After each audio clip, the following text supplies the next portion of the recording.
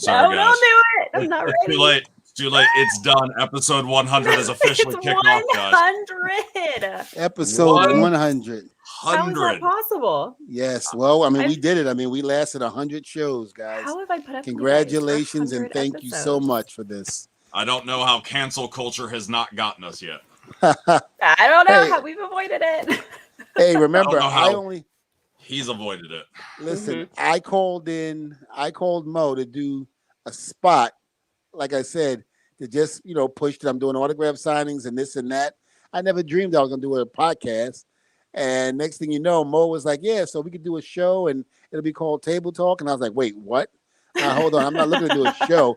I was looking to promote things that I'm doing, because me and Bubba were, we were separating and I was on my own. He was on his. So I just wanted to put it out there that, I'm available, but we do business separate. And next thing I know, I found myself doing a podcast and look at it. 100 shows later, we're still doing it. Look at you now. We are still doing it. Episode number 1, an audio show with myself and Dvon. And then only 1 week later, we brought in Lindsey. And we point this out because this is also our 2-year celebration of the show as well. Welcome. Yes. Yes. Oh, my God. Round of applause for us. Yeah, so congratulations to us on that big show planned. There's a reason why. I look like the boogeyman. I made a promise last week that if he was ever on the show, I would paint my face. Dvon immediately sends some text and dials the phone to make this happen. So I want to point out that I make good on promises much quicker than Lindsey does. Yes, this is true. Lindsey still owes a bet. So can you hear me? I feel like my audio might not be working right now. Your audio's working. Oh, okay. What? No, I can't hear you. How convenient. So we do have the boogeyman coming up. We do have Hollywood, the very first hire from the original G.L.O.W, Gorgeous Ladies of Wrestling, to get to. But first and foremost, an amazing talent, 2-time Hall of Famer. Was it 35-time champion in general? I can dig this sucker, ladies and gentlemen. Booker T. All right, Booker, what's going on? Hey, Booker, 35 titles, huh? Yeah, all. I mean, that's all together. That's all together. Those all legit too. All legit. Those are those are world titles, man. Not regional or anything like that. I'm just saying. Okay, look, I'm gonna go on record. I'm gonna go on record on my own show, and I'm gonna put you over because I know you wouldn't do it for me. Because you buried me when last time I was on TV, and you remember what I'm talking about. I was so mad at Booker. He was like, "Dvon, don't go up on that top rope. Look like Dvon gained a little weight." I went back. I was like, "You son of a bitch!" But I'm looking up there at 35. When Mo said that, I didn't know that. And me and Bubba always bragging about 24-time World Tag Team Champions, and then you got to add in a couple of my singles. I had a couple of singles as well, but I don't think I ever got to 35. So I got to say, listen, I'm one to say it. One of the greatest of all time. Hey, man, I appreciate it, man. I appreciate you giving me my props, man. A lot of times. Yeah. Now remember, I gave you props on my show, so now it's only fitting that you give me props when I do your show, or even in catering. Bro, go back I to already WWE. said I wasn't going to say anything bad about Team 3D ever again.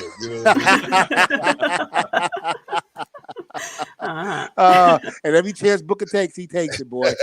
He takes it. Every chance he gets, he take it, boy. But now, no. But hey, Book, man, thank you for being on the show. And I think a lot of people are wondering what's up. What are you doing now? We know you do, the sport, the wrestling analyst for the pay-per-views and things like that. What are the projects you got going on? I love my job, man. I'm still being able to, do my thing with WWE and just being around the young guys. It seems like it keeps me young. Of course, always on the grind with my reality of wrestling. We just came off of doing a show in Vegas a couple of weeks ago, our first show outside of Texas, which was really, really awesome.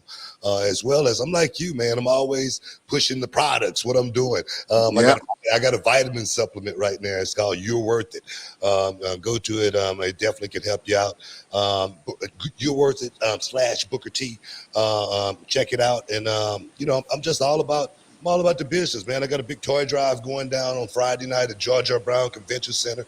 I'm trying to raise, as many toys as I possibly can for the kids, around in the surrounding area, man, can wake up on the 25th and say, man, look what I got. and then I got a show again on Saturday night, Christmas Chaos at my arena, man. So I'm great. A workaholic, man. I'm a workaholic. Yeah, I think once you get to that stage where in the very beginning, when you start being a workaholic, it's hard to stop doing that. You continue to do it. And sometimes you don't even realize you're doing it. Sometimes somebody's got to pull you back because, you work too much and then you can't get caught up into it. But that's great that you're still doing all of this. That's really it's a mission, man. It's a mission. I gotta drive, but our thing with reality of wrestling, we're trying to build something here, and I got so many young guys that's helping me with this thing, and I got so much talent that has gotten a chance to get out there and fly their wings as well. In WWE, AEW, Impact, MLW, I got guys literally all over the country right now doing their thing, and I think we strive to be the best AAA of professional wrestling we possibly could be. That's great. I mean, again, your school, I got my school in Winter Park, and I know that there's been a few times where I've sent guys to you, you've sent guys to me. We've had that relationship with the schools, and it was a great thing. And I know some of the guys that you sent down here were excellent shape. They knew their craft. They knew what they were doing. It was like I just told them what to do, and they did it. They went out there and do it, which you and I both know nowadays that's very hard because sometimes you got to take these young guys and hold their hand even when they're in the ring. But I got to admit, your students coming over here to work with me and Bubba at the time when Bubba and I were together with the school, I mean, it was a beauty, man. It was almost like not even having to worry about things going wrong. They knew their craft. And that's what I always say. You need to find a reputable school with someone that's been somewhere and that's done something in this business. Because getting some Joe Schmo from nowhere that gets a warehouse, puts a ring in it, and says, I can teach you how to become a WWE superstar. How the hell are you going to do that when you never made it? Well, that is so true. I always say the Bill Belichick's of the game. You may have never heard about this guy when he was playing or anything like that. But you rest assured that he played on the championship team. He knew exactly what it took to get there. So when I send somebody to your school, I know they're going to get the same knowledge that I'm giving them, but it may be in a different way. And I need them to actually hear that so they can say, oh man, that bell goes off in their head and say, hey, said that, but he said it a different way. Now I understand it. So yeah, it's definitely beneficial to these young guys. Good. Now, Book, one of the questions, I know Mo is want to ask you a question too, but I just want to get this the way. What is it? What can you tell a guy coming into the wrestling business how to make it and how to do it? What are some of the things that they need to work on to make it to that level? You may not be the biggest guy out there in the business, but you definitely can strive to be the smartest. So I tell these guys, do not forsake your psychology, understanding what Shakespeare is really all about, knowing how to, manipulate a crowd.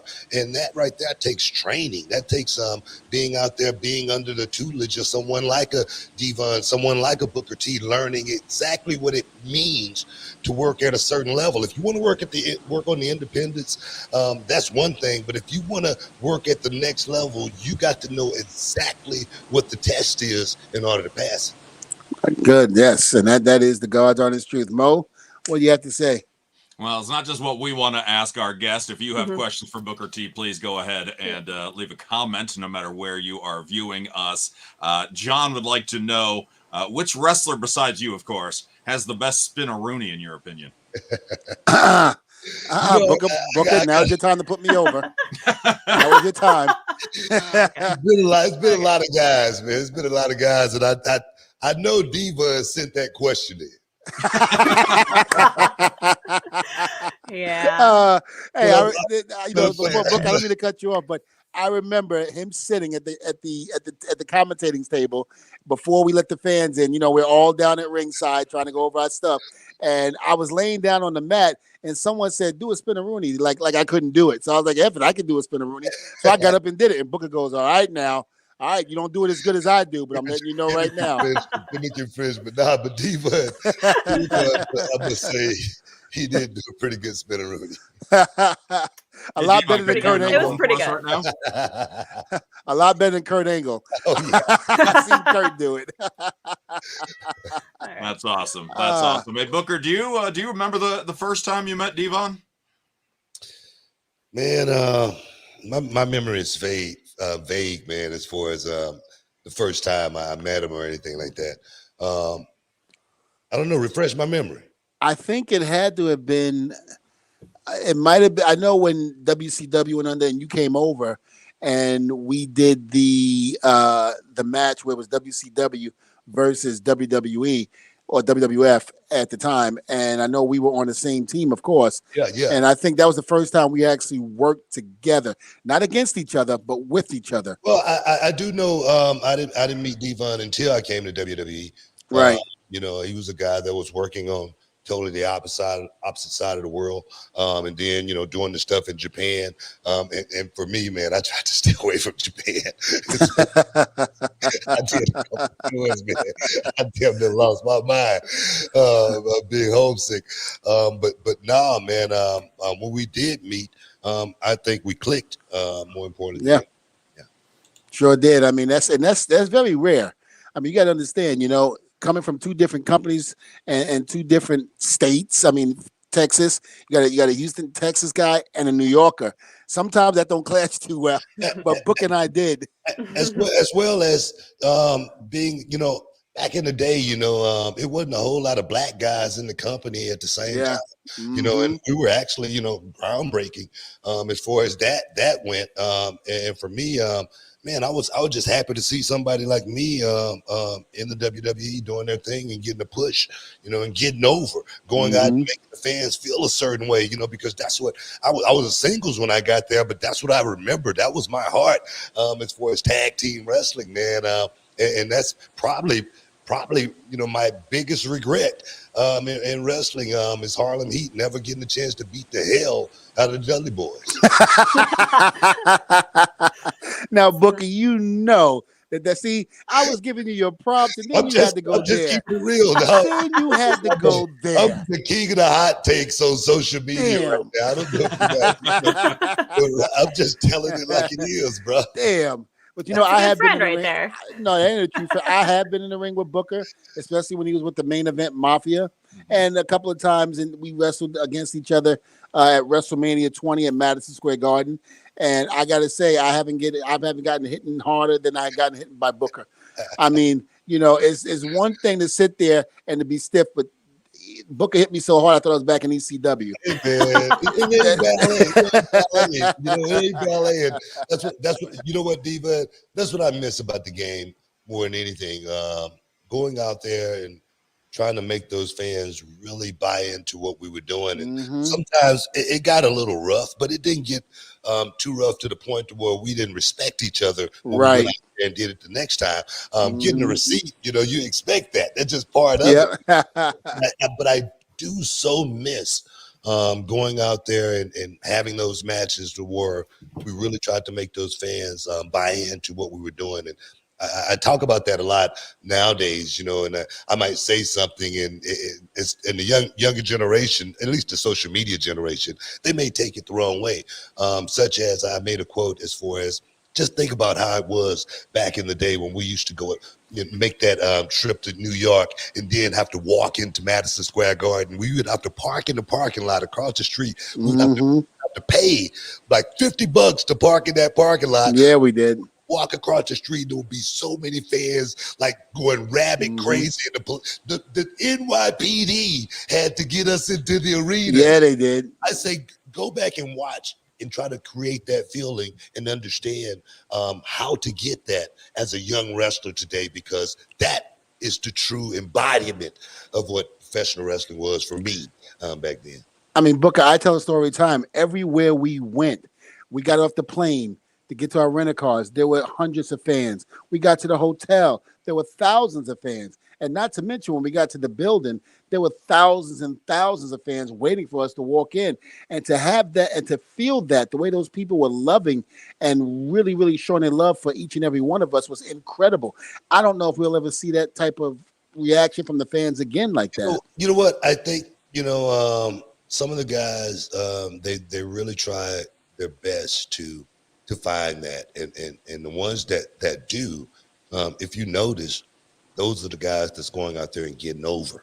More important than anything, I love trying to create characters, but normally characters, I don't think you can create Booker T.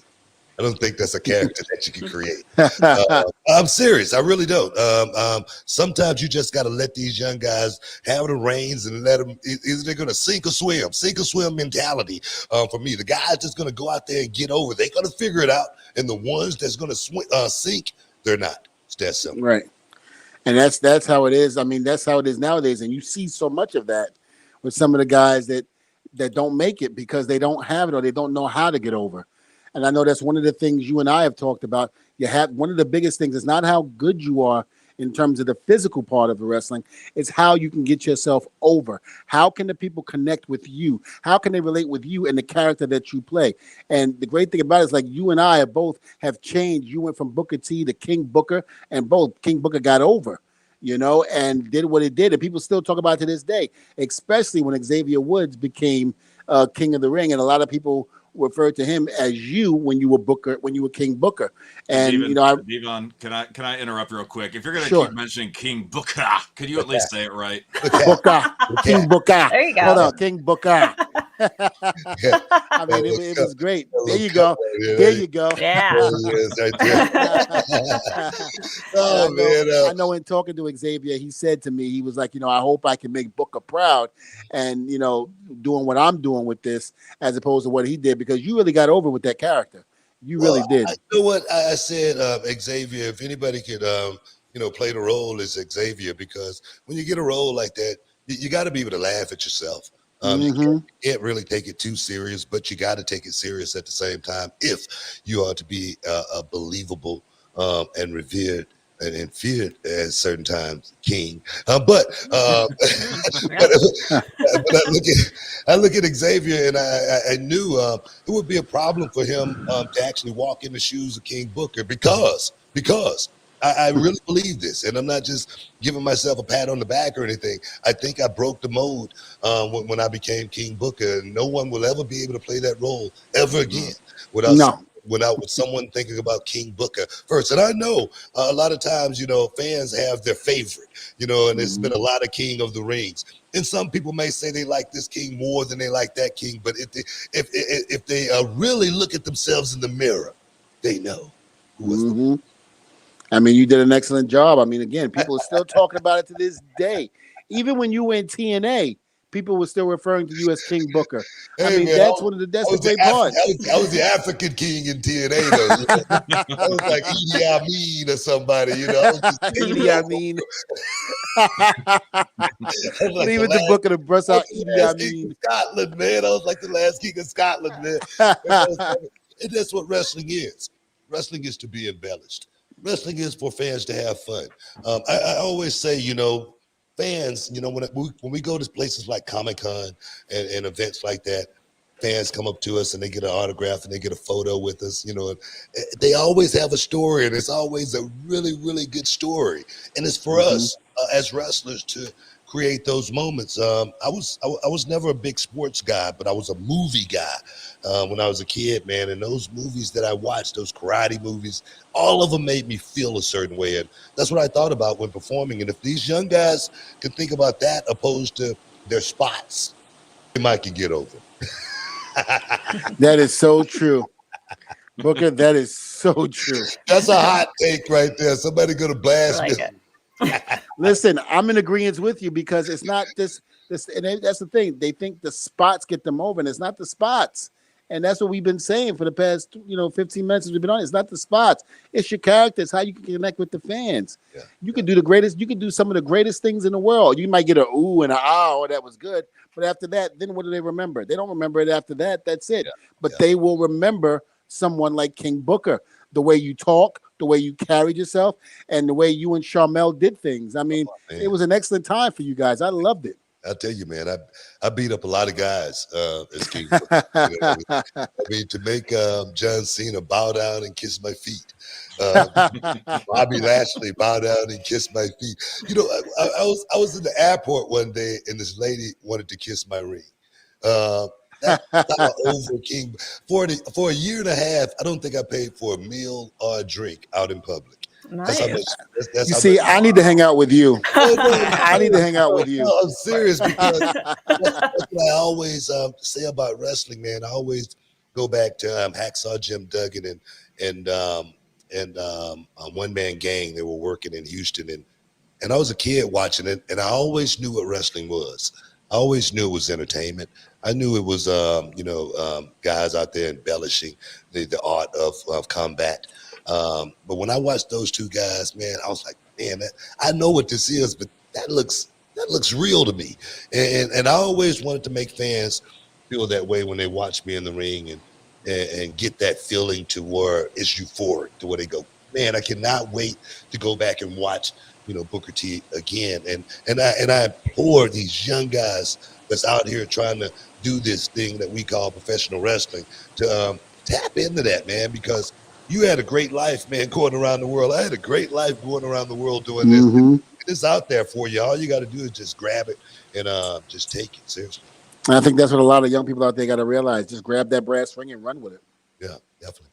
We got, I know you got to get running here, but I want to get one more fan question in from Gabriel. Wants to know, and this I'm sure is a tough one for you, absolute favorite memory in your wrestling career? Man, favorite memory probably would be winning the Global Tag Team Championship in Dallas, Texas. First tag team championship my brother and I won. All of my family was there that night. Everybody except for my mom because she had passed away. But I think that night, man, I realized that I was here for a reason. And I just wasn't, just a guy that was just wandering through this life, not knowing what was next for him. I knew what was next for me once my brother and I won the Global Tag Team Championships, man. I knew the sky was the limit. And life was going to be what I made it from that point on. That's cool. That's awesome. Well, Book, before we let you go, I will say this. I think Harlem Heat and the Dudley Boys should wrap it up one time before we really retire from the business. Forget about it. No. We got to make this happen. Look here, I stay in this kind of shape because I stay away from the wrestling ring. Even when I do the kickoff show, right? You will not find me within 50 yards of the wrestling ring. I haven't been in the WWE wrestling ring since 2014. And I got a phobia about getting back in the ring. That was a great life for me. And but I don't have any itch to scratch anymore, man. Life was good then, but I'm embracing where I'm at right now in life, being a boss, you know what I mean, and taking charge and trying to create, memories and moments for the next generation. But man, we had our time in the sun, man. We had our time. And it's no reason to go back and try to rehavish greatness, and touch that. No reason. I agree with that. So when everybody else tells me I should come out of retirement, I'm going to use those same exact words. You got that, Mo and Lindsey? I'm going to same exact words. I think my audio just cut out again. Your ass, your audio cut out. Listen, I look at it this way. I am going to the Harlem Heat and the Dudleys will do it Rumble one time, and it might be on a WWE video game, and I will videotape it, and I will show you, and I'll make sure I get somebody that don't know how to play, so I can beat you especially. Okay. I want to pin you because you definitely don't want to play me in no video game. Well, I didn't say you were playing it because I know you can play. People think Xavier Woods brought video games to WWE locker room. Oh no, it was Booker. I was the one who brought video. Yeah. The WWE locker room. So, and I was there and I witnessed it and saw it personally. Absolutely. Hey, Book, where can we find you on social media if we want to get in touch with you? Booker T5X on Twitter, Instagram. Like I say, that's pretty much where I'm advertising and doing most of my work. Of course, check out my Reality of Wrestling YouTube channel. And of course, my Hall of Fame podcast, man, ESPN 97.5 here in Houston as well. So, man, I'm always doing my thing, man, having fun. Trying to stay young as long as I possibly can. And more importantly, man, laugh every day, man. Laugh. There you go. Every day. Every day. What's going on, man? Get that in. Everything will be all right. I appreciate you guys for having me on the show. Yeah, thank you, Book. And Book, I want to say you look great. Hey, you man, absolutely look great. Yeah. You look the same as when I first saw you the first time. Yeah, I'm putting you over, you son. I'm putting you over. No, man, no. I'm serious, man. I appreciate it. God's blessed me, man. God's blessed me. And I just asked him for my health. And I say, let me do my work and let him do his, and we'll meet in the middle. And the only thing I ask for is just time to finish my work. There you go. You heard it from Booker T. Booker, thank you so much for being on the show. And you let me know. I would love to come back on your show. I was on it once. I would love to come back again. And with no time, restraints or anything, I want to thank you for coming on. And please give my best to Sharmell and the family. And we'll be talking soon, my brother. Holla, man. All right. Peace, brother. Thank you. Bye. Some great stuff right there. Yes. Definitely appreciate Booker's time today. Episode 100. 100. If you're just tuning in, if you're just streaming us, I don't always paint half of my face. We have the Boogeyman still to come on the show. Actually, he does it every week. But he's going to wrap things up. We keep things going with somebody who we just complimented Booker for still looking amazing. So many years later. Oh boy. The same for the original gorgeous lady of wrestling. She is Hollywood. Welcome. Oh yeah. Welcome. Oh yeah. Hi. Listen, Hi. I met this lady. About 2 years ago, and I told her how much of a big fan I was and how I had her posters on my wall. I used to look at it oh my God. I love this woman right here. She was so good to me. And here's the deal. Not only was she hot then, she's even hotter now. She's like that wine that just keeps getting better and better. I love it. You're too nice. Listen, it ain't about being nice. It's about telling the truth. And that's the God's telling the truth. That's for sure. And so do I. We don't bullshit. We just say it the way it is. You're That's very it. Thank you so much for being on the show. Thank you. Thanks for having me. 100. This is the 100th 100th show. Big episode. I'm honored. Oh, Honored. Oh, thank you. It was great. I remember I called her up. I said, hey, listen, we would love to have you on our show. And without hesitation, she said, absolutely. And I was like, oh, this is great. This is so good. I got Hollywood from Gorgeous Women of Wrestling coming on my show. I said, this is great. I said, if you'd have told me this 40 years ago, I'd have said, hell no, that ain't never happening. Now look at it. Look at your life, Dvon. Are we that old? Well, you're not, but I am. Yeah, he's like 70 now, 60, 70. You look great. I'm going on 80 and I look great. Oh yeah, fantastic. I would have never known. It must be well, the water. It's the water. It's the cleansing of the face. It's the attitude. Yeah. It's the attitude. That always helps. Doesn't it, you guys? Absolutely. It really does. So what are you up to lately? What's going on? So when you and I contacted each other last week, I was right at the LA Comic-Con, and there were 3 days: Friday, Saturday, Sunday. I'm still a little nasally. I just was finishing up a cold, and let me tell you, we had to wear a mask no matter what. But the Comic-Con was great, and we were canceled last year, as was everything, and it was wonderful. It was 3 great days. We had Mondo Guerrero, who was my first trainer in wrestling. He was on the panel. We asked him to come for the panel, and I was so honored to have him there. Wow. Yeah. That's awesome. Fantastic. Yes. That's cool. And I told him this year, about 6 months ago, a new comic. I'm in a new wrestling comic by, it's called Squared Circle. John Crowther wrote it. And Carlos Tron did the artwork. It looks like this, and it's a bio comic. And the reason I'm showing you this is because I put Mondo in it, and I had Mondo as my trainer. And he saw this. He goes, "Oh my God, look at me with the mustache. He was so honored. So I signed him a copy, and just to hear him talk, I probably could have heard him for hours talk about the business, about how he got, not audition, but how they had asked him to train 12 of us. Actually, he trained more than that. He had to weed out everybody for the pilot that we were doing. So there was a lot of girls that were in there for the very first training. I was one of them, and they just kept weeding out the women, and I was one of the 12, and he trained us until he couldn't train us anymore. But just listening to him talk was awesome. Now, okay, I'm sorry. Go ahead. No, go ahead. No, I was going to ask you something about the G.L.O.W. when you were participating in G.L.O.W. Yeah. And what made you want to do pro wrestling? Like, how did you decide, okay, I'm going to go for my life now. I'm going to be now a gorgeous woman a wrestler. What made you decide that? I'm going to compete up for a living. This sounds great. Yeah, right?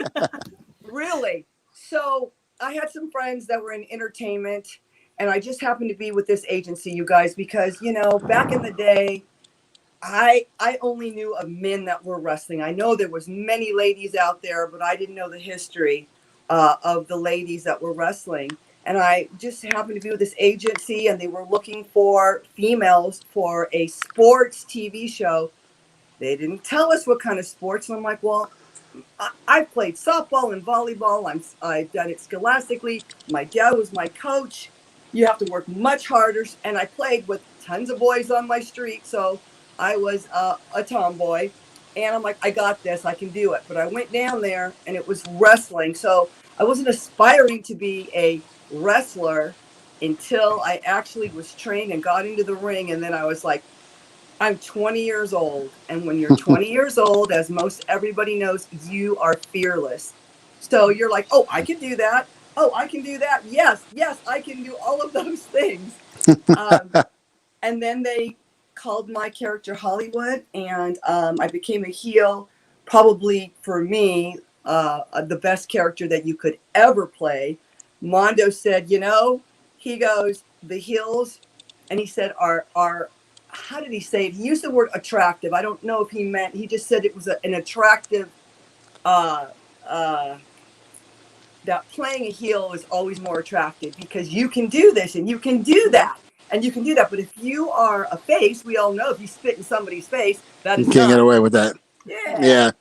Well, I mean, let me ask you a question. The way the Netflix special portrayed everything, were they accurate on everything? Did they actually come to you guys, you ladies, I should say, and get what really happened and how everybody came together? Did they portray it correctly on the show? That's a great question. We all have to know that TV is always drama. Right. It is not a carbon copy of us, but that doesn't matter to me. When Mark Maron is sitting there doing drugs, our director did not do that. His vice was gambling. So, I tell people, no pun intended, but there's got to be, it's Hollywood. And so you have to make that drama so that way your viewers are coming back for the next episode and the episode after that. I think they did a great job. I will say the beginning where Allison Brie is going in for that interview, and and Mark Maron says, okay, ladies, this is pro wrestling. And when some of those ladies had those resumes in their hands and they got up and left and said, no way, that is exactly how it was in my audition. These ladies got up, and kid you not, I was like, oh my God, what do they know that I don't know? But as I said, you're fearless. So I stayed. And good thing you did. I mean, again, not only did you win over me and captivate me as a fan, but so many millions others. And you said you were a heel. How can that be when so many people loved you as that character? Isn't that weird? That is very weird. It's an it factor. You never. And how do you know? How do you know if the fans are going to like you or not? You don't. Because I was mean. I did lots of low blows all the time. People couldn't wait for the low blows. And my favorite thing, was when no one was around and before the audience would come in, I would hide all kinds of stuff. And back then, They wanted us to write down all of our scripts, write down everything that was going to happen. But I hate that because I love the unexpected. When a girl sees that you've done something that wasn't in a dress rehearsal, oh my God, their faces are like, oh, and that's so great. I would ask, all the fans, hey, give me your belt. I would involve the fans. And I mean, that took a little time because I've never been on TV before. I haven't acted a day in my life. But what is wrestling? If you're going to play a bad guy, you better play it. Absolutely. So I'm glad I won the fans over.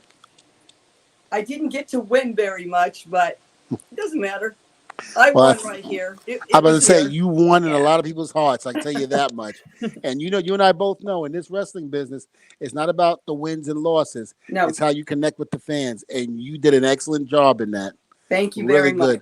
One of the other questions I want to ask you is, when G.L.O.W was done and over, did you ever think about going to, say, the other organizations like WCW or at the time called WWF? So that's a great question. I was right in the middle of a broken leg. And when WWF at the time came to Los Angeles, my agent said, go. So I knew I was already into this broken leg. I wore sweatpants to hide the atrophy in my leg. And then when they started asking me all these questions, who, what, where, who trained you? Oh, this, blah, blah, blah. I told the truth. I said, you guys, I'm right in the middle of a broken leg. So you know what? It doesn't matter. I had already been wrestling for 4 years straight and on the road. All I wanted to do was be a 20-year-old. I wanted a boyfriend. I wanted to go out. I didn't want to be able to have rules and everything that was, put in place for us. I mean, if you were drinking, if you were doing drugs, any of those things, you were fired immediately. So we really you had to walk a fine line. There were curfews. And when you're 20 years old, and back then, my mentality was much different. So maybe today, with the internet and everything and social media, it might have been a different place for me to keep going. So I was like, I'll do independent stuff here and there, because I did do an independent scene. I worked for other companies, and then I was just like, let's try some stunt work. And I started doing some stunts and a little bit of acting.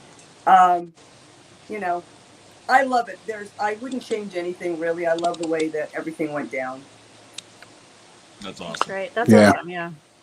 And of course, talking about the Netflix show ended way too early. I would have loved that 4th season because the 3rd season ending on a cliffhanger sucked. Right. Of course, your character represented by who was renamed Melrose. How did Jackie do you think, as you? Oh my God, I interviewed with Jackie, and what a sweet, sweet girl. I think that her character was a combination of myself, Vine, and MTV. And I thought she did a brilliant job. Her mouth was a little louder than mine. I think she was more like MTV. I was still a little bit kind of afraid to open up real big and boisterous. But she did an awesome job, definitely. And we were close. And what we wore, especially, the corsets, the gloves, the sparkles in the hair. I have to laugh. I'm sorry, I just do, because that's just, the bling bling. Were you ever on set during the filming of G.L.O.W to give your input? You asked that question early. Absolutely not there, and I wanted to answer that. They did not ask any of the G.L.O.W ladies for their input. They didn't have any of us on the show, and so to me, I was a little bummed, because I thought, even if we were just sitting there reading a newspaper, right? Oh my God, it would have been so awesome. great. But guys, you never know. Look, Sex and the City is coming back on again. What happens if they put G.L.O.W on, next year or the year after? Was there ever talk about trying to redo G.L.O.W to bring it back? Yes, many people have tried. Look at David McLean with WOW. He's got Women of Wrestling. Wow, yeah, that's right. Yeah, look at that. But no G.L.O.W girls. I believe he just didn't want G.L.O.W on WOW, which would have been, that sucks. I don't know. There might be some politics in there, but who knows? I never say never, because you never know. I'm pretty positive. I'm easy, happy-go-lucky, and but it would have been nice to have some G.L.O.W girls represent the old school original Glow girls. Yeah. Oh wow, that would have been great. That would have been tremendous. But you never know. Who knows? You never you never know. Were you watching the show when the new seasons premiered like the rest of us, or did you kind of have an idea where things were going? No, I wanted to watch that immediately. Oh, that's awesome. Party. Yes. Nice. No, we had to. We're sitting there observing, and I will be honest and tell you that a few of us loved it. Myself, I loved it. There were a lot of girls that went, I don't like it. I don't like this. I don't like that. I'm sorry. What is there not to like? What is there not to love about bringing back a show that you did 36 years ago? I mean, who would have thought that? Yeah. So, like I said, negative or positive, I'll take it. And plus doing all of our conventions. I will say that I continue to wrestle after G.L.O.W. I kept the brand going with different companies, smaller companies, and then all of the wrestling conventions. I was just at Big Event in New York a couple of weeks ago, and before that was Daytona Comic-Con and then LA Comic-Con. I didn't make Rhode Island. It was just too close to a couple of things that I was doing, Dvon. So, I don't know if you were there or not. No, I wasn't there, but that's where you and I met. Yes, I remember. In Rhode Island. Oh, cool.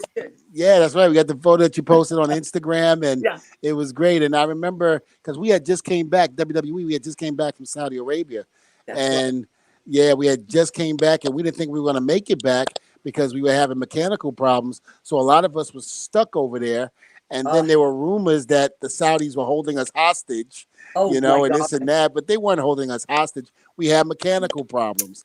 And by the time it reached the social media, half of us was dead. I knew you were going to say we weren't coming back. And it was great. It was like, and some of the guys that they were saying, this one was coming back, that one's coming back. Meanwhile, they're already on the plane going back home. Thank and God it was just like, God, it was like, come on, guys, don't print stuff that isn't true. No, they weren't holding us hostage. They weren't holding us with That's gunpoint. what social media does, right? Oh my God. Yep. Hollywood's this, or I heard so and so doesn't like. It's just some of the rumors that come out of all of this is crazy. People like to hide behind these little screens, don't they? Oh yes, they do. Trust me, I have an ex-wife that does that. She has to hide behind I never judge. I think you got to meet the person first. It's really good. Never judge a book by its cover. It's such a terrible thing to do. Yeah, absolutely. I agree with you 100% on that one. Yes, sir. Well, listen, I know we got to let you go, but where can we find you on social media? How can we get in touch with you? You guys are so kind. First of all, thank you for having me. If you guys are a Twitter person, it's at G.L.O.W Hollywood. And if you're on Instagram, official G.L.O.W Hollywood. And if you like soap, because for my side gig, I make homemade soap, you can find me at Hollywood Botanica, and that is with a K. Yes, and I've seen some of the stuff that you posted. And it's great. You got to check it out, Lindsey. I 100% great stuff. My shelves are bare. I cannot believe how much I've sold out this. Really?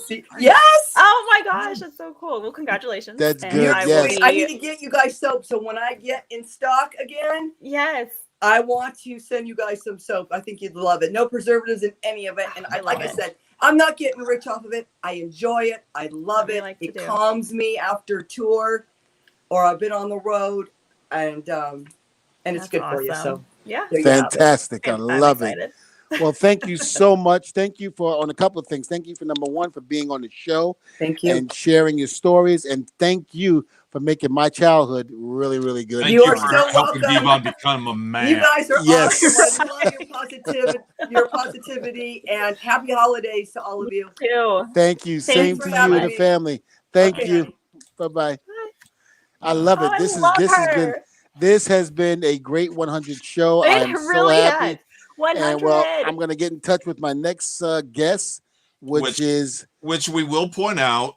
We went through like a half an hour of doing some tech checks ahead of time, and for whatever reason, his device was just not clicking through properly. So this is the best we can get with the man from the bottomless pit. Absolutely. So I think I might have to take my headphones off and my thing out. If you can't hear me, I'm sorry. Just for the simple fact that he's got to know the questions that we're asking, because we're doing it from the phone. Yeah. And he was really bummed out because he really wanted to do this. But like you said, technical difficulty. which we all know can sometimes happen. And we have Mo's side profile if we need a visual. I feel like Mo giving tribute. Set. So yeah, there you go. I'm gonna get Boogie on the phone right now. Yep, absolutely. Look, so we got him twice. Just Boogeyman. Which just last week, again, I point out that I'm like, well, whenever you get Boogeyman on the show, you know, every once in a while, Dvon will surprise us. All right, guys. Here's the Boogeyman. Oh, look at that. Hey. Oh no. Okay. What's going on, Boogie? That's amazing. Happy anniversary on your 100th episode, big dog. Thank you. That's a good deal, man. I wish you the best and all the success, my brother. Well, thank you. I'm doing good, but you scaring me right now because you got to have the light lit on you. And you're all gimmicked up, and I ain't used to seeing you like that. and that laugh is perfect. It's real scary. I don't like it. It's all good. Hold on, I'm gonna light it up a bit. Oh, I'm sure he's real nice, but he's very scary right now. Oh, the worms. Wait till the worms come in. No, okay. Well, you know what? It looks like I gotta. How we doing, brother? Oh, we're doing good. How you doing? Oh, that's better. Oh, that's good. That's great. You look great. Wow. Oh, thank you. Thank you very much. You can't see my face because I got you on camera. I'm trying to hold you up here. So I'll try to put it like this. You know what? I'm catching a reflection. All right, let me try to move it on this side. Nope, that's out. There we go. Yeah, keep him on screen, Dvon. Come on. Yeah. I'm trying to keep him on the screen. Okay, well. How's that? I mean, we can see him. I don't know. I want to. I don't know if you. I don't know if you can see it, but Mo actually is. Can you see it, Boogie? Yeah, I mean, I can see it. It's a little blurry, but I mean, it's not blurry, but I see. Yeah, he's trying to look at you. He's trying to look like you. Yeah. And trust me, what he just put in his mouth wasn't the real worms that you put in your mouth. Those were gummy worms. I wanted you also correct you. I mean, I do have worms. But I'm sad to say one of them were tested for COVID. Oh no. Well, we can't have you putting COVID worms in your mouth, that's for sure. You got to flip. There we go. Thank you, Mo, for you guys making this adjustment, man, as far as this line of communication, you know, but it's all about making it happen, man. That's right. And that's one thing about Dvon. He always makes it happen. So, absolutely. I'm here to say, man, I feel honored to be on your 100th episode, brother. Well, thank you. Thank you, my brother. And, you know, it's an honor and a pleasure to have you on here.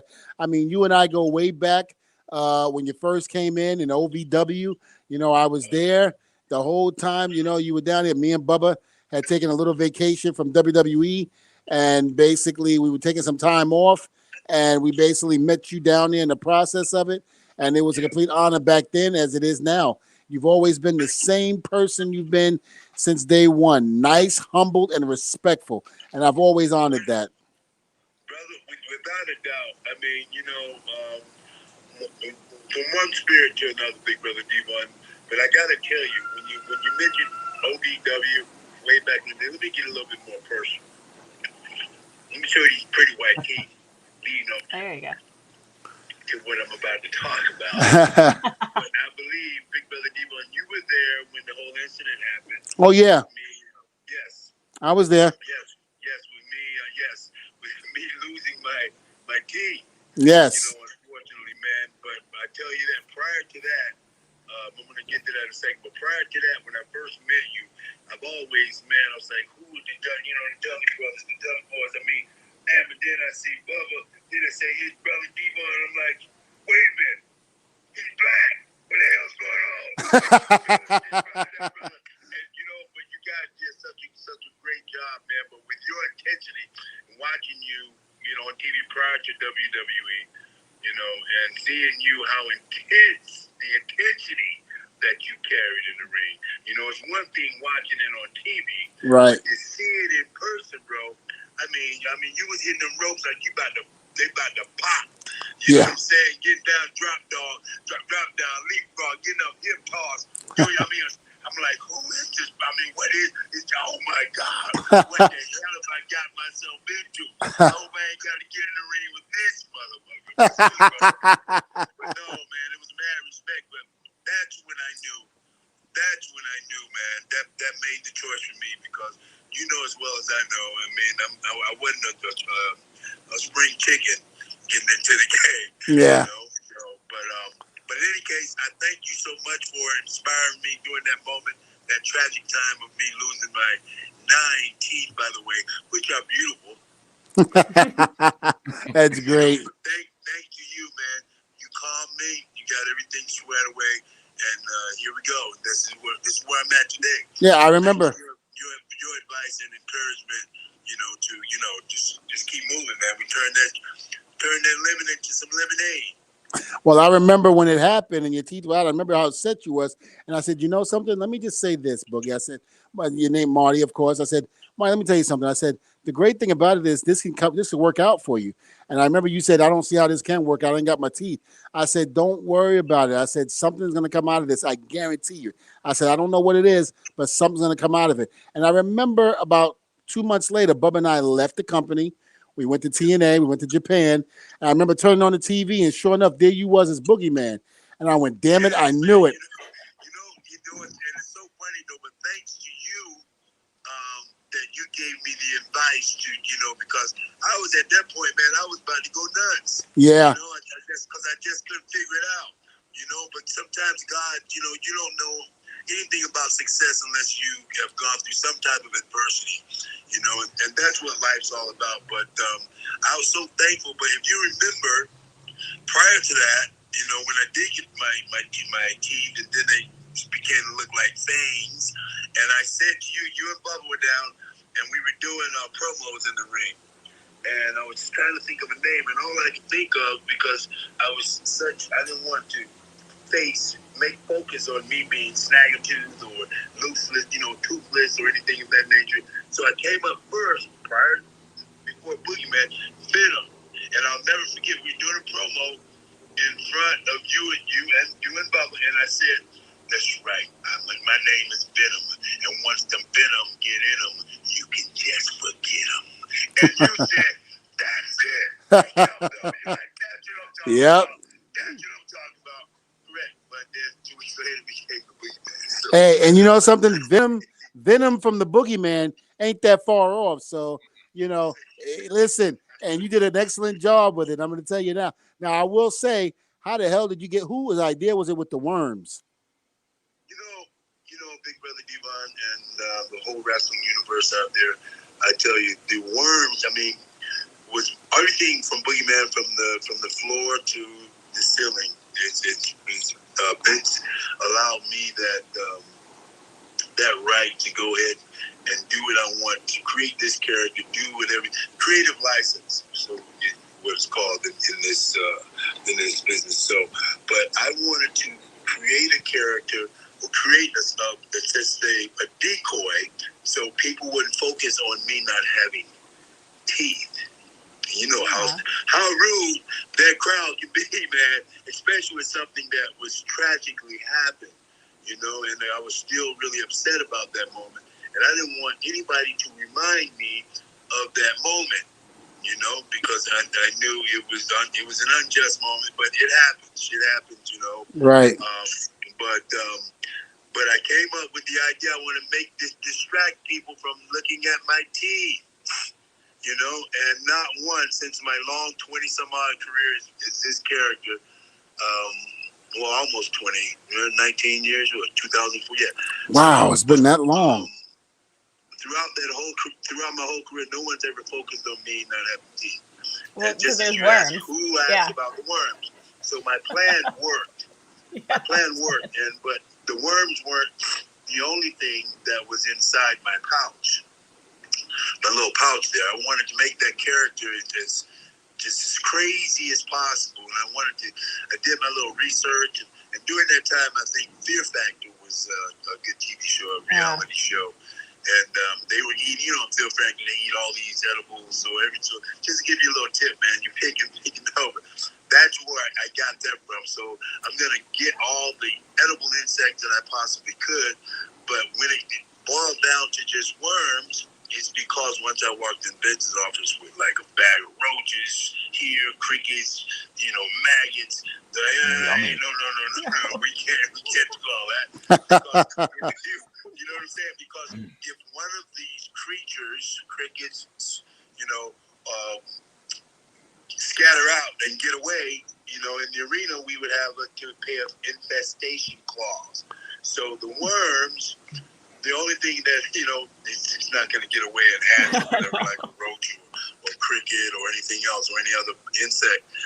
And so that's how it boiled down to the worms. But I wanted that pouch to be filled with all types of edible, just disgusting insects, just to distract people from focusing on that negative, that experience. And it actually worked, because here I am sitting on your 100 shows. Yes. Dvon, need you to pass along the question here. Nathan wants to know, forget the worms, what did Jillian's mole taste like? They want to know, what did Jillian mole taste like? Forget the worms. Oh, man. And hats off. Now, when you say Jillian, I'm thinking about, different segments and so forth. And I got to tell you, brother, man, from Jillian, JBL, who was just super, super great guy. Everyone that I actually ever worked with, I owe my career to everyone I worked with, because they sold it. And if you don't have nothing to sell, ain't nobody buying shit. Mm-hmm. It's just like the bottom line. Absolutely. And those guys sold it. So they made it very easy for me to be Boogeyman, so it was all thrill. But the mole, have you ever had a mole? Have you ever tasted a mole? I can't say that I have, Boogie. No, actually, I'm going to, we'll go a little bit behind the scenes. Well, I'm going to just say it tasted good. Okay? I think you're scarring Lindsey right now. Yeah. It's like this, guys. As a magician, once you know the trick, it's no longer magic. This is true. Okay. This is true. Okay. Yeah, I think after this episode, Lindsey's gonna have nightmares. I 100% will. 100% will. Hold on, say that again. Say that again, Boogie. Lindsey, oh Lindsey. I don't like it. I'm sure you're very nice, but I don't like it. That's fantastic. Fantastic. You look like Boogie. a really good guy, but I don't like it. Well, Dvon, yes. I want to say this, and to all the people that have supported me throughout my years, and I just really appreciate the fan base. I appreciate professional wrestling. Yep. I think you hit a button, Boogie. I think you hit a button. I'm not looking at you. I'm looking at what's ever behind you. Okay, can you hear me? I can hear you, but I can't see you. Flip the camera. You can't see me. Yep, just flip the camera. I think you hit the button on the camera. No, did I? No, I think it might be Dvon. No. Is it me? Nope, I think it's me. I think I did it. There we go. Nope. There you go. Come on now. No. Nope, that's Yeah, me. no, That's see. me. Nope. Nice pool back there. Yes. I like that. Well, thank Yeah. you. No, you got to pull there, Dvon. So there's a little, you got to push the little minimize button, There's a Dvon. whole bunch of words. Wait, which button? The minimize button right there, the two arrows. The minimize. Oh, there you go. Now I can see you. Now I got you. Okay, there we go. Good. Got it. We good. Beautiful. Yeah, as I was saying, it's like I said, thanking WWE Universe, thanking the whole professional wrestling industry, and people like yourself that are involved in this that actually, love what you do, and it's all about telling a story. It's like the number one. Absolutely. You are the king. In terms of professional wrestling, is the king of telling a story if it's done proper. It's a live movies. But speaking of a live movie, I must say, not saying that it's going to be a movie or movies ahead of me, but I am so thrilled to say that I got a letter today, and Dvon, you may know what this looks like. I'm sure you do with some others. That may look like. Wait a minute. Do. So, all in all, like I said, that's That's a tease right there. What just happened? Oh, that's it. Oh, we can hear you now. Oh, no. Okay. Hello, Dvon. Yep, I'm here. Yeah, there we go. But yeah, man. So I'm just showing gratitude, man. Because without professional wrestling, man, I would have never met Dvon. Because I feel like testifying today. You caught me at the right time. Testify, my brother. Oh, testify. Oh, my brother. That's what it's all about, man. So thanks for WWE keeping me in the loop, keeping me relevant, and I'm just thankful, and I'm glad I didn't turn around when they eliminated me from Toughen Up, because they told me to get on the bus. And if people recall my story, I lied about my age. Right. And I went there with pain and so forth, and my haircut. But my haircut, guys, I've worn this haircut since college. Wow. And but I'll get into detail with that. But thank God I didn't get on that bus when they eliminated me, disqualified me, kicked me off the show. But I knew that was going to happen. But I knew that they were going to do an investigation. I didn't actually know they were going to throw me off the show. But I was thinking they would reconsider. But just to give you a quick story on it, it's Johnny and Fit. They tell me, hey, blah blah blah. Once they found out my age, and they said, why don't you just get on the bus? Because the camera doesn't show when they eliminated me. I didn't leave. I stayed on the perimeter, walked around like the circles, like a shark circling its prey. You know what I'm saying? Because I was determined. I wanted a job, man. I didn't come all the way out here for nothing. Plus, I was the oldest guy there, and I said, "There's no way I've come this far, and let's make it happen. There's no way they're just gonna tell me no, and I'm gonna accept it." Right. Particularly when I perform well. You know what I'm saying? I backed everything up. I graded out in the top 2 or so people. So after they found out my age, Finley and John Larry just told me to get on the bus, and I told them both, I ain't getting on no fucking bus. Those guys are losers that are on that bus. They lost. I didn't lose. I showed you my ability and what I can do here. Just show me. You know what I mean? I came here for a job, and said I know my way home. Your job is done, but you guys got to worry about it. I'll get home. I ain't getting on that bus. Because it was horrible, man. To see some of those guys that can't do one push-up, one pull-up. You know what I mean? Right. That, to me, it's just despicable. You got to be able to pull your own freaking weight, man, in this world. But thank God I didn't get on that bus. And I made my way back to Miami on my own. No help from no one else. And needless, I must say, before I went there, big brother, I was homeless. Oh, wow. Underneath the palm tree, so I'm like, fuck this, excuse my language, this is the shot, baby. Parties, they happen here and there every day, but opportunities only come once in a while. So you got to be ready, give it your all, no matter what. You know what I mean? If you don't want me, I'm going to die trying to make this happen. And fortunately, it worked out for me. Here we are right now on your 100th episode. Oh, thank you, Boogie. Your story is an incredible story, and I'm glad we got to tell it on our 100th episode, my brother. Absolutely. Thank you so much for being on this show. We got to cut it off here. I hate to do it because I know there's more stories to tell, but listen, thank you so much for being on the show. And where can we find BOOGEYMAN on social media? Oh, man, you can find me on I'm sorry. Real Boogie coming to get you.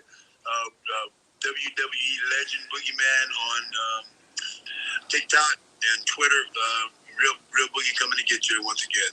But Dvon, thank you so much. I appreciate you. Thank you, Brother Mo, and everything, making this thing happen. And Lindsey. Oh, yes. Okay. Yes. Fantastic. Thank you. Love you, bro. All right. Love you, brother. You take care of yourself. What a nice I guy. love it. No, he's awesome. He's an awesome guy. He's got great stories to tell. I mean, I wish we had a longer time to get on the show. Plus, I wish we had his his social media at his house working a little better because I feel like that added to everything though. I think that was pretty cool. Okay, would you please look at? Would you look at Mo? He's got worms. He's got gummies in his mouth. Okay, that's disgusting. I literally can't even right now. You're disgusting. You're okay. I know. I am disgusting. Thank you. This was great. I tell you, this was really good. And have we all seen our new logo? No, we haven't. Does it? Okay, I love it. But also, I love it. Staring at it, and it kind of reminds me of maybe it's like some graham crackers or cereal. The table. I love it. A little bit. I love it. It kind of adds. Absolutely love it. Yeah, I do love cereal loving crew. You know what? I got to say this. You know, being on this show and with you guys, and I mean, Lindsey, I knew you from Comic-Con because we worked together. Yeah. And numerous times before the show, and I met Mo coming on the show. And, I couldn't ask for two better people to do this show with. I wouldn't have it any other way. As much as we joke with each other, clown on each other, but yet I wouldn't have it any other way. I wouldn't have anybody else on this show but the two that I'm on here with. Thank you so much for making this special, and thank you so much. So that means I get to stay on the show. Yep. Thank you for putting up with me and all my rude, my grouchiness and all of that. It just comes with the package, I guess. Now here's the deal. We made the 100 show happen. We have to make Vegas happen. We have to make that happen. We have to make this happen. Come on, let's do it. I mean, we're just waiting for you, Dvon. Yeah, I know. Everybody's waiting over me now. Yes. And I will say tomorrow. We need to get better. Yes. And tomorrow I will have an update because I'll have when I know my surgery. Tomorrow I go in. And I'll find out when the surgery is going to take place. And again, I want to thank, though, the Dirt Sheet writers. I never said that before, but I want to thank them for actually printing the right thing. They didn't exaggerate or anything. They said exactly what I said was going to happen in terms of there's going to be a slight slit in the back, and they're going to put the bolts and screws in there with pins and needles and all of that they're going to do it with. And I mean, it's going to be great. So they said I could be up within 3 to 4 weeks, after everything. Yeah. And then we had the Vegas. First day you're up. Well, they said I'll be able to walk out of, because they're going to do it the same day in and out. Okay. So same day we're going to Vegas. Yeah. So okay. I'll be able to go in, have the surgery, and then walk out, but I'll have to, get rest, of course, and let everything heal up. But I'm very happy about that. And, I'm excited. I'm not excited. I'm excited about it. And I say excited because I don't have to feel this pain anymore. You're excited to feel better once it's over. Absolutely. Yes. God, I'm waiting to testify on that one. Look, do you guys see my shirt? I love it. And Look then at that. My brother. Testify. Mo, where's your shirt? Oh, he's got the Boogeyman shirt. Okay. So I am the Boogeyman. I come to get you. Thank you. Oh, yeah. I never want to see that again. Well, there you go. Good timing.